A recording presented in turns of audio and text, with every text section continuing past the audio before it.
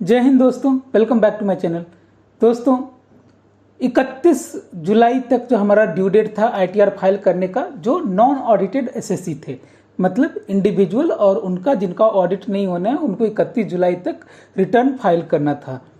तो return file करने के बाद आपने रिफंड क्लेम किया।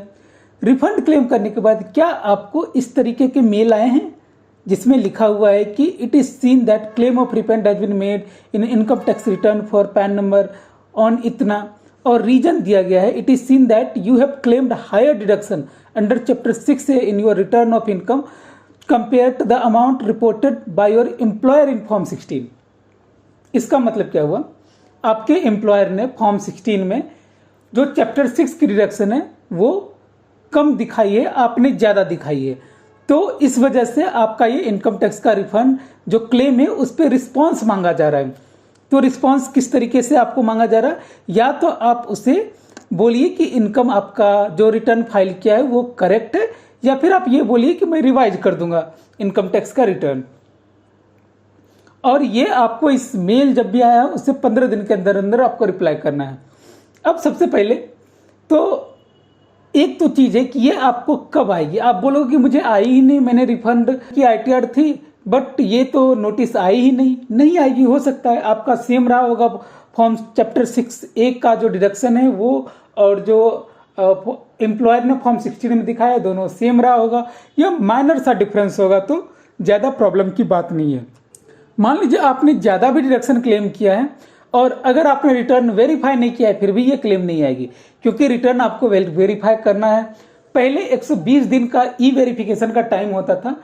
वैसे तो आप जब आईटीआर फाइल करते हैं तो जैसे ही आईटीआर फाइल किया साथ के साथ ही आप अपना रिटर्न वेरीफाई कर लेते हैं। बट अगर किसी कारणवश अगर आपने अपना रिटर्न उस टाइम वेरीफाई नहीं कर पाया है, चाहे आपका पैन आधार से लिंक नहीं था या कुछ और टेक्निकल डिफिकल्टी आ गई, आपके पास मोबाइल नहीं था, या फिर आपका मोबाइल नंबर जो आधार से जो लिंक मोबाइल नंबर है वो आपके पास नहीं था, या फिर कोई ऐसा नंबर लिंक है जो आपके पास अवेलेबल नहीं था, आपने सोचा बाद में मैं नेट बैंकिंग के थ्रू वेरीफाई कर दूंगा। ऑल दीज थिंग्स अपार्ट, जो भी है आपको अब वेरीफाई 120 दिन का टाइम पहले जो दिया जाता था वो नहीं दिया जाएगा, सिर्फ 30 दिनों का टाइम दिया जाएगा। इसका मतलब ये हुआ कि अगर आपने 31 जुलाई नहीं, मान लीजिए आपने 1 जुलाई को आपने रिटर्न सबमिट कर दिया था, तो आपको 31 जुलाई तक उसे ई वेरीफाई करना था। अगर आप नहीं करते हैं तो फिर वो बिलेटेड रिटर्न की कैटेगरी में आ जाएगी, वो रिटर्न इनवैलिडेट हो जाएगा और आपको हो सकता है कि जो एक फाइन होता है इनकम टैक्स में लेट रिटर्न फाइल करने का 5,000 और 1,000, जिनका नॉन टैक्सेबल इनकम है उनको 1,000, जिनका टैक्सेबल है उनका 5,000। मैं इस पे डिटेल में वीडियो बना चुका हूं, आप मेरे प्लेलिस्ट में जाके देख सकते हैं।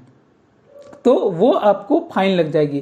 तो सबसे पहली चीज़ है कि आपको वो वेरीफाई करनी है। अब चलते हैं हम अपने क्वेश्चन पे कि ये फॉर्म 16 में कम दिखा हुआ है, कोई बात नहीं। अगर आपका क्लेम सही है तब तो आप इसे the claim in my return are correct करके ऐसे करके डाल दीजिए। क्यों? क्योंकि अगर इनकम टैक्स बाद में अगर आपकी स्क्रूटनी बिठाती है और पूछती है कि भैया मुझे डॉक्यूमेंट दो कि कहाँ आपने इन्वेस्ट करा था। सपोज कीजिए कि मैंने एक हाउसिंग लोन लिया था अपनी, मान लीजिए मैं एक बैंक में काम करता हूँ, मैंने अपने बैंक से हाउसिंग लोन लिया था। तो बैंक से जो हाउसिंग लोन था, हाउसिंग लोन से आपको पता है कि जो प्रिंसिपल अमाउंट होता है उसमें एटीसी का डिडक्शन आता है, चैप्टर 6A का डिडक्शन आता है। तो वो बैंक ने कंसीडर तो कर लिया, बट मैंने जो अपने पिताजी के नाम से LIC किया था या मेरे बच्चे के नाम से मैंने LIC किया था, जिसका डिडक्शन मैं ले सकता हूँ क्योंकि मेरे बच्चे अभी कोई इनकम उनकी नहीं है, तो उस केस में वो चीज़ें हमारे जो एम्प्लॉयर हैं उन्होंने दिखाया नहीं था और मैंने उसे एक्स्ट्रा दिखा दिया। तो इस केस में क्या होगा, जो चैप्टर 6A की डिडक्शन है, ऑफकोर्स हम ज़्यादा क्लेम कर रहे होंगे और ये सही भी है, तो इस केस में आपको डरने की जरूरत नहीं। The claim in my return और करेक्ट करके आप फाइल कर सकते हैं। इसमें प्रॉब्लम कहाँ होती है, ATCC D2 वाली जो है NPS वाले में प्रॉब्लम होती है। जनरली लोग क्या करते हैं, जो एम्प्लॉयर का कंट्रीब्यूशन और एम्प्लॉय का कंट्रीब्यूशन अलग अलग क्लेम कर लेते हैं चैप्टर 6 में, तो वहाँ पे ये प्रॉब्लम आती है जनरली कि आपको बोलता है कि एक बार रीचेक कर लीजिए। तो अगर आपकी चैप्टर 6A की डिडक्शन सही है जिसमें 80 अंडर सेक्शन 80 वाले सारे डिडक्शंस आते हैं। तो ठीक है, अगर नहीं है तो फिर से आप रिवाइज कर लीजिए। अब इसका रिस्पॉन्स कैसे करते हैं, तो देखिए इनकम टैक्स की वेबसाइट पे जाना है, incometax.gov.in/iec.fo पोर्टल। यहाँ लॉगिन पे आपको क्लिक करनी है। लॉगिन, अब ये कैसे करते हैं लॉगिन वगैरह ये सब आपको पता है। लॉगिन करने के बाद आपको पेंडिंग एक्शन के वर्क लिस्ट में जाना है। वर्क लिस्ट में जाने के बाद आपको फॉर योर एक्शन में यहाँ पे आपको दिखेगा, फॉर योर एक्शन में दिखेगा रिस्पॉन्स फॉर रिफंड कंफर्मेशन। उस पर जब आप क्लिक करेंगे तो ये दो ऑप्शन दिखेगी, और जब आप पहले वाले ऑप्शन पे क्लिक कर देंगे तो इसका मतलब आपका जो क्लेम है वो सही है। अगर सेकंड वाले पे क्लिक करेंगे तो इसका मतलब है कि आपको रिटर्न रिवाइज करनी है।